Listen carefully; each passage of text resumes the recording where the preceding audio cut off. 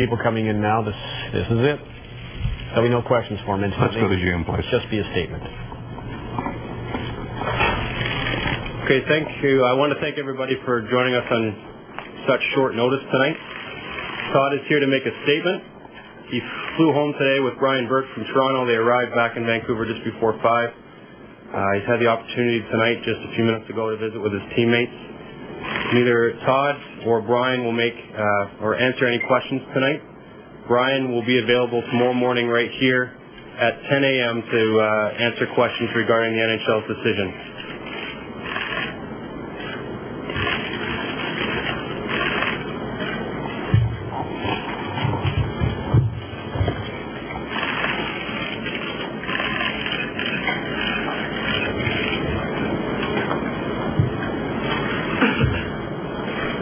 Comments for Steve. Steve, I just want to apologize for what happened out there. That I had no intention on hurting you. That I feel awful for what transpired. Steve's family. Sorry that you had to go through this. And I'm sorry about, again, what happened out there.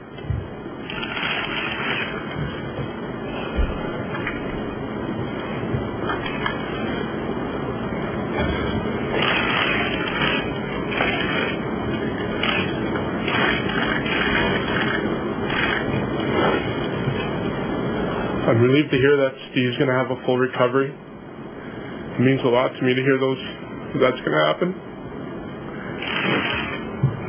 I want to apologize to Mr. Burke and Mr. McCaw, for the Vancouver Canucks organization, and my teammates.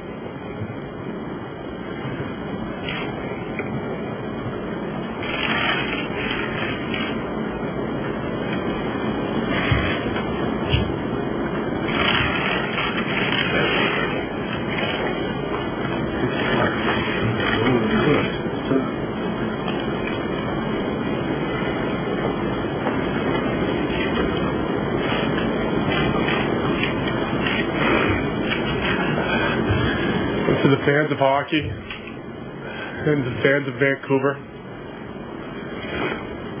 for the kids that watch this game, I'm truly sorry. I don't play the game that way. I'm not a mean-spirited person, and I'm sorry for what happened.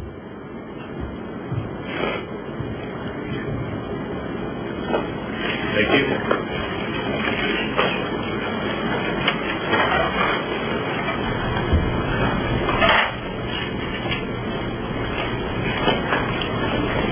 A very short statement from Todd Bertuzzi from GM Place tonight, and obviously a contrite young man, not the bully he seemed to be on Monday night.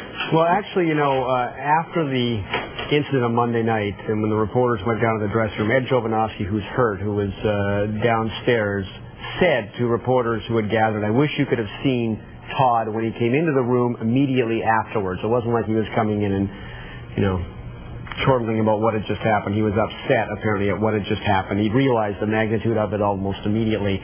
And today, some of the writers with Jay Janauer at noon today said, the one interesting thing, and that we'll watch for as time goes on, is Bertuzzi's a very emotional player. Obviously, he's a very emotional person. How will this affect his career once the suspension, depending on how long it is over and he comes back to the Vancouver Canucks and resumes his career, which he will.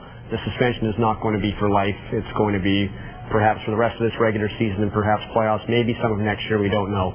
But it'll be a question of how he'll be, what kind of player he'll be after the suspension is over. And we have to wonder, but we don't know, how much of an impact this will have on the decision coming out of Toronto, if they see it.